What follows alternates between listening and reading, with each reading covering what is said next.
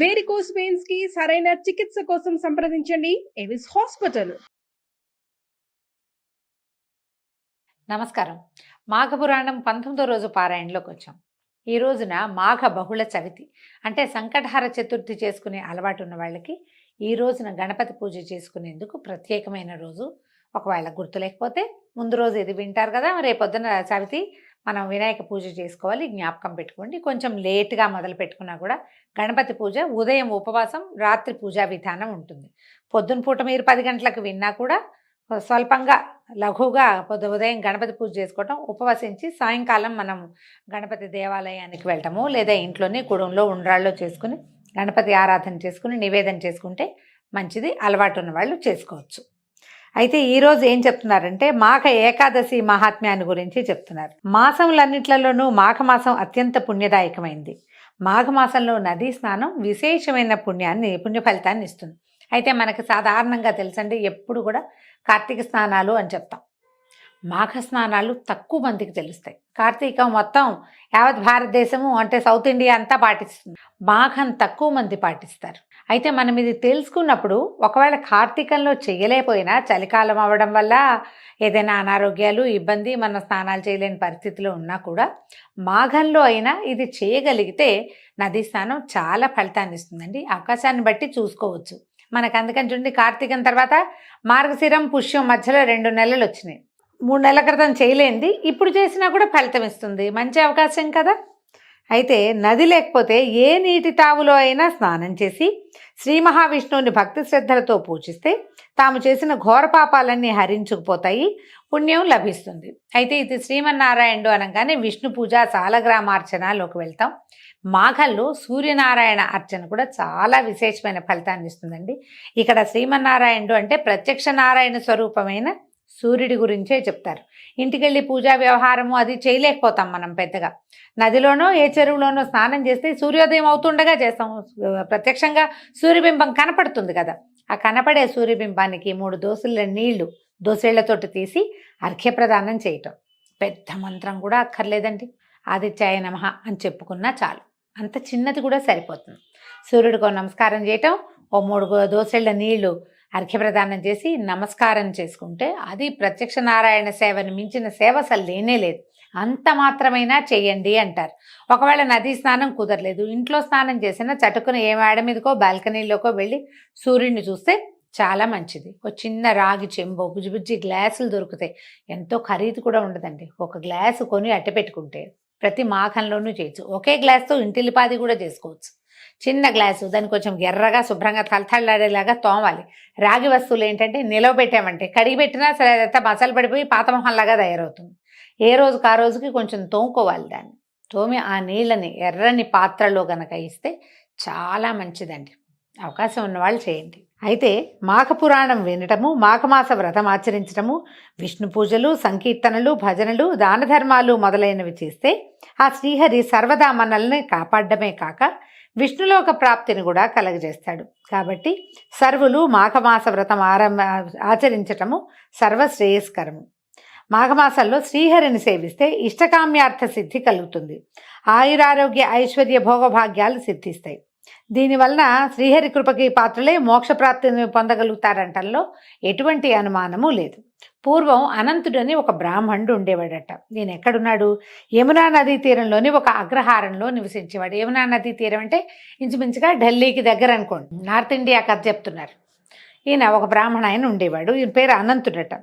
ఇతను పూర్వీకులు ఇచ్చిన ఆస్తి, వంశపారంపర్యంగా చాలా కాలం నుంచి వస్తున్నటువంటి అధికంగా ఆస్తి సంక్రమించి ఐశ్వర్యవంతుడు అవటం చేత అహంకారిగాను, మొండితనము, మూర్ఖత్వం కలవాడుగాను తయారవుతాడు.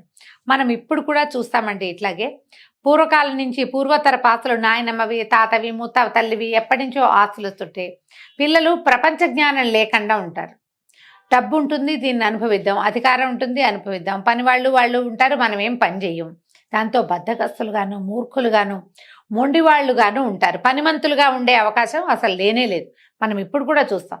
అదే తండ్రులు ఉద్యోగస్తులయ్యి అన్ని పనులు వాళ్లే స్వయంగా చేసుకుంటుంటే వీళ్ళ పిల్లలు కూడా అలాగే తమ సొంతంగా పనులు చేసుకునేలాగా అలా కనపడతారు.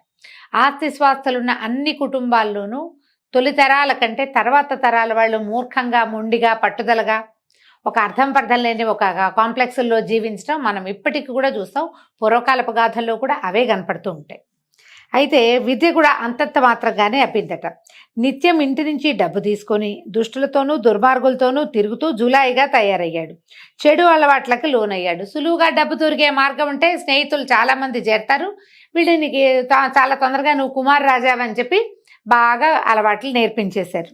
తల్లిదండ్రుల హితబోధనలు వినక తన ఇష్టానుసారం సంచరించేవాడు. ఏనాడు దైవతి చింతన చేసిన పాపాన్ని పోలేదు. పాప భీతి మొదలే లేదు.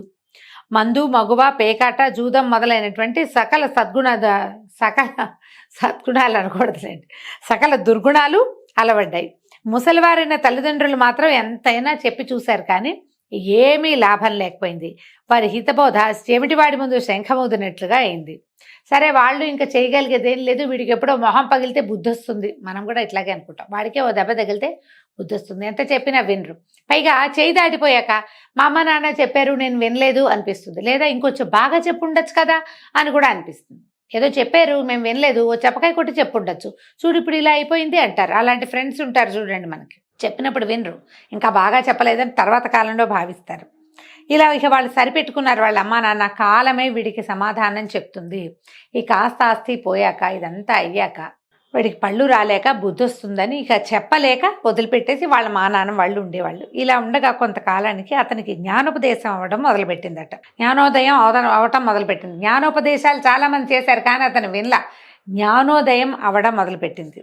దుర్గుణాల వల్ల రోగాల బారిన పడ్డాడు. స్నేహితులు సాయం చేయకపోవడంతో వారి పట్ల విసిగిపోయాడు. ఏనాడు దాన ధర్మాలు చేయలేదు, దైవచింతన లేదు. ఇప్పుడు దైవచింతన ఎలా చేయాలో తెలియదు. ఎవరికైనా దానం చేస్తుంటే వాళ్ళు ఎవరైనా సహాయం చేసేవాళ్ళు. ఇతను ఏం చేశాడు, స్నేహితులతో కలిసి స్నేహితుల మీద ఖర్చు పెట్టాడు. దాన్ని దాన ప్రక్రియగా తీసుకోలేం కదా. మనం దానం చేసామనుకోండి, ఎవడో లేనివాడికి డబ్బు ఇచ్చాం, అవసరానికి ఏదో ఆదుకున్నాం మనం, అప్పుడు వాళ్ళు మన అవసరాలప్పుడు వాడు కాకపోతే ఈ దానం చేసిన ఫలితము ఇంకో పక్క నుంచి వస్తుంది. మనం చేసింది ఏమిటంతా దుబారా, జులాయితనము, ఖర్చు. ఇది ఎక్కడి నుంచి వస్తుంది? ఖర్చు పెట్టించే వాళ్ళు పెట్టించేసి తర్వాత నీ దగ్గర డబ్బులు లేకపోతే నీ దగ్గరికి రారు. అలాగే జరిగిందనమాట. ఇతనికి ఒంట్లో సత్తువ తగ్గిపోవటం మొదలుపెట్టింది. ఓపిక లేదు, అనారోగ్యం పాలైపోయాడు. ఫ్రెండ్స్ని 10 మందిని పిలిస్తే 2 వచ్చేవాళ్ళు. ఆ 2 కూడా కాసేపు కూర్చుని వీడు మూలుగుతుంటే వాళ్ళు చక్కగా వెళ్ళిపోయేవాళ్ళు. సొంత వాళ్ళు అయితే ఉంటారు. ఎవరుంటారు? స్నేహితులు ఉండేవాళ్ళు కొద్దిమంది ఉన్నారండి. లేదు, మిత్రులు మంచివాళ్ళు కాదని మనం అనలేకపోతాం. ఈ పురాణాల్లో చెప్పబడిన గాథల్లో ఏంటంటే డబ్బుని చూసి చేరిన వాళ్ళే స్నేహితులుగా చెప్పబడతారు. ఇట్లా వదిలేస్తారు అని. ఎప్పుడు కూడా మనం డబ్బులే చూపిస్తుంటే మన క్యారెక్టర్ని ఎవరు చూస్తారు? మన గుణాన్ని చూడరు కదా. డబ్బు చూపించకుండా ఉంటే గుణం కనపడుతుందేమో. మరి ఒకనాడు అతను ఇట్లా ఆలోచించడం మొదలుపెట్టాడు. అయ్యో, తల్లిదండ్రులు పెద్దవాళ్ళు చెప్పిన మాట వినకపోతేనే ధనబలంతో మిక్కిరి గర్విష్ఠిగా మారాను. సకల దుర్గుణాల పాలిట బారిన పడ్డాను. నేనెంతటి పాపాత్ముడిని. దైవచింతన చేయలేదు, దాన ధర్మాలు చేయలేదు, భగవంతుని పట్ల సాధారణ భక్తిని కూడా చూపించలేదు. నాకు ఇంకా మోక్షం ఎట్లా వస్తుంది? ఒక్క పుణ్యకార్యమైనా చేయలేదు సరికదా. నేను పాపకార్యాలు ఎన్నో చేశాను. ఈ మాఘమాసం అత్యంత పుణ్యదాయకమైంది. నదీ స్నానం చేయమని అమ్మా నాన్న ఎన్నిసార్లు చెప్పినా వినలేదు. నాకు ఇంకా నిష్కృతి లేదు. రేపు పొద్దున్న నుంచి నదీ స్నానం చేద్దామని డిసైడ్ అయ్యాడట. మనకి చాలా సమస్యలు చుట్టుముట్టినప్పుడు అప్పుడు దైవం వైపుకి తిరుగుతాం. ఎక్కడా మనకి సమాధానం దొరకకపోతే మనం దైవం వైపుకి తిరుగుతాం. ఒకవేళ మనం తిరగలేదనుకోండి, ఏదో ఒక ప్రచోదనం వస్తుంది ఆ సమయానికి. ఎవరో ఒకళ్ళు ఫ్రెండ్సో, చుట్టుపక్కల వాళ్ళు, దారే పోయే వాళ్ళు ఎవరో ఒకళ్ళు మనని దైవం వైపుకి తిప్పుతారు. మీరు చూడండి, అన్ని రకాల వ్రత కథల్లోనూ ప్రయాణ సమయంలో ఎవరో పూజ చేసుకుంటూ ఉండగా చూసి ఆ పూజను మొదలుపెట్టిన గాథలు వింటాం మనం. సత్యనారాయణ వ్రత గాథలు అంతే, అనంత వ్రత గాథ అంతే, చాలా రకాల పుణ్యవ్రతాల గాథలన్నీ కూడా ఎవరో అది ఆచరిస్తుంటే చూసి వారిని చూసి ప్రచోదనం పొంది మనం కూడా చేయాలనుకోవటం, అలాంటివే కనపడతాయి. ఇతనికి తనంతట తనకే తట్టింది. ఇది మాఘమాసము, రేపటి నుంచి నదీ స్నానం చేస్తే నాకు అనారోగ్యం తగ్గుతుంది, ఏమైనా ఈ డబ్బు సమస్యలు వచ్చిన ప్రాబ్లమ్స్ తీరతాయేమోనని భావించాడు. అయితే ఏమైంది, రేపటి నుంచి నదీ స్నానం చేసి దాన ధర్మాలు చేసి శ్రీ మహావిష్ణువుకి పూజలు, భజనలు, సంకీర్తనలు చేయించాలి. మాఘమాస వ్రతం ఆచరించాలి, లేకపోతే నాకు ఏ నికృష్టపు చావు వస్తుందోనని ఆలోచించుకుంటూ నిద్రాదేవి ఒడిలోకి జారుకున్నాడట. ఆనాటి రాత్రి కొంతమంది దొంగలు అతని ఇంట్లో పడి సర్వము దోచుకుపోయారు. అయితే అలికిడికి మెలకు వచ్చి ఇతను ఏం చేశాడు, దొంగలు దొంగలు నరుస్తూ వాళ్ళ వెనకాల పడ్డాడట. అట్లా తరుముతూ నది మీద ఒక వంతెన కట్టుంటే ఆ వంతెన మీదకి ఆ దొంగలు ఎక్కారు, ఇతను కూడా వాళ్ళ వెనకాల పరిగెత్తాడు. ఈ పెనుగులాటలు పరిగెత్తటంలో ఒక దొంగ అతను కాలు మడతపడి కింద పడిపోయి ఈ మన అనంతుడికి చిక్కేసరికల్లా ఇతను అతన్ని పట్టుకున్నాడు గట్టిగా. ఇద్దరు పెనుగులాడుతూ ఉంటే ఏమైంది, వెనక నుంచి ఇంకో దొంగ పరిగెత్తుకుంటూ వచ్చి ఈ అనంతుడు నెత్తి మీద ఒక గట్టిగా కొట్టాడు. ఈ అనంతుడు ఆ దొంగతో సహా నదిలో పడిపోయాడట. నదిలో పడ్డా కూడా ఈ పట్టుకున్న వాడిని వదల్లా, కానీ ఈ తలకి దెబ్బ తగిలింది. అది మెల్లిగా తడికి నీళ్ళలో పడేసరికల్లా నదిలో పడేసరికి ఆ తల నానిపోయి నెత్తురు విపరీతంగా స్రవించిపోయి మెల్లిగా ఈ పెనుగులాటలోనే అతని ప్రాణం కాస్త పోయింది. కాకపోతే తెల్లవారుజామున సూర్యోదయం ఇంకొక అరగంటలో అవుతుందనగా మాఘమాసం నదీ స్నానం చేయటం వల్ల ఇతనితో పాటు ఆ దొంగ కూడా నీళ్లలో మునిగి మరణించాడు. స్నానం చేయటం అతను మరణించాడు. ఈ స్నానము దీని తర్వాత మరణం సంభవించడంతో నదిలో పడిన అనంతుడు నీట మునగటం వల్ల నదీ స్నాన ఫలితం దక్కింది. ఈ నదీ స్నానాల్లో ఒక విశేషం చెప్తారండి. నది ఒడ్డును కూర్చుని 2 మగ్గులు తీసి నెత్తి మీద పోసుకుంటే కాదు, నదిలో దిగి కంఠస్నానం లేదా నడుం దాకానే కట్టి స్నానం చేస్తారు కొంతమంది. మునగడానికి భయపడతారు, వాళ్ళకి పూర్తి ఫలితం లభించదటండి. చాలా ఖచ్చితంగా చెప్తారు. నదిలో ముక్కు మూసుకుని మునగాలట. ముక్కు మూసుకుని మునగలం కష్టం కదా, చాలా కష్టం. మాకు స్విమ్మింగ్ రాదండి అలాంటి భావి చెప్తాం. చాలామంది గొంతు కూర్చుంటారు, నెల్లిగా కింద కూర్చుని ఏదో ఒక సహాయంతో మునగడానికి ట్రై చేస్తారు. 3 సార్లు ముమ్మారు మునక వేయటం అనేది చెప్తారండి తప్పకుండా. దానికి ఏం లేదు, బాగా 5-6 సార్లు శ్వాస తీసుకుని వదిలిపెట్టడం. స్విమ్మింగ్ ప్రాక్టీస్ లాంటి, స్విమ్మింగ్కి వెళ్ళే ముందు ఎలా నేర్పిస్తారో అంతే, బాగా గాలి తీసుకోవటం వదిలిపెట్టడం. 5-6 సార్లు చేసామనుకోండి కొంచెం మనకి ఆ లంగ్స్కి అది అలవాటు అవుతుంది. ఈసారి గాలి తీసుకొని లోపలికి టక్కిన ముక్కు మూసుకొని మునిగిపోవాలి. మునిగేస్తాం ఈజీగానే, లోపల గాలి ఉంటుంది కాబట్టి మనకేం భయం ఉండదు. అలా కాకుండా మామూలుగా మునగడానికి ట్రై చేస్తే నీళ్లు మనని తోసేస్తే మన ప్రాణం కూడా ప్రాణాల పైన పోయి బయటకు వచ్చేస్తాం. ఇతను నదిలో మునిగాడు అన్న దొంగతోటి కలిసి. దానివల్ల ఇతనికి నదీ స్నాన ఫలితం దక్కిందట. అతని పాపాలన్నీ పటాపంచలైపోయాయి. మాఘమాస ఫలితాన్ని పూర్తిగా అనుభవించి పుణ్యాత్ముడైపోయాడు. విష్ణుదూతలు అతన్ని వైకుంఠ ప్రాప్తిని కలగజేశారు, అక్కడ తీసుకుపోయారనమాట పైకి. ఇదంతో పాటు నీటిలో మునిగినటువంటి దొంగ కూడా మోక్ష ప్రాప్తి లభించింది. మాఘమాస నదీ స్నానం అలాంటి ఫలితాన్ని ఇస్తుంది. సమస్తమైన పాపాలు పోతాయి అంటే ఈయనకు పోయినాయి, మనకు కూడా మా వైకుంఠం వస్తుందంటే అట్లా రాదు. ఈయన ఏం చేశాడు, మునగ్గానే చచ్చిపోయాడు. మునిగి స్నానం చేసి మాఘమాస స్నానం చేసామని అనుకుని తెల్లారి మళ్ళీ మన పనులు మనం మొదలెట్టామనుకోండి, ఆ ఫలితంగా మన అకౌంట్లో పడుతుంది. మనం కొత్తగా చేసే కర్మలు ఉంటాయి కదా, పాపకర్మలు, వాటి అకౌంట్ మళ్ళీ స్టార్ట్ అవుతూ ఉంటుంది.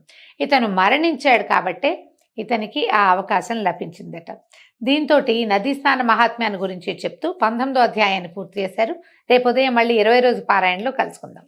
నమస్కారం.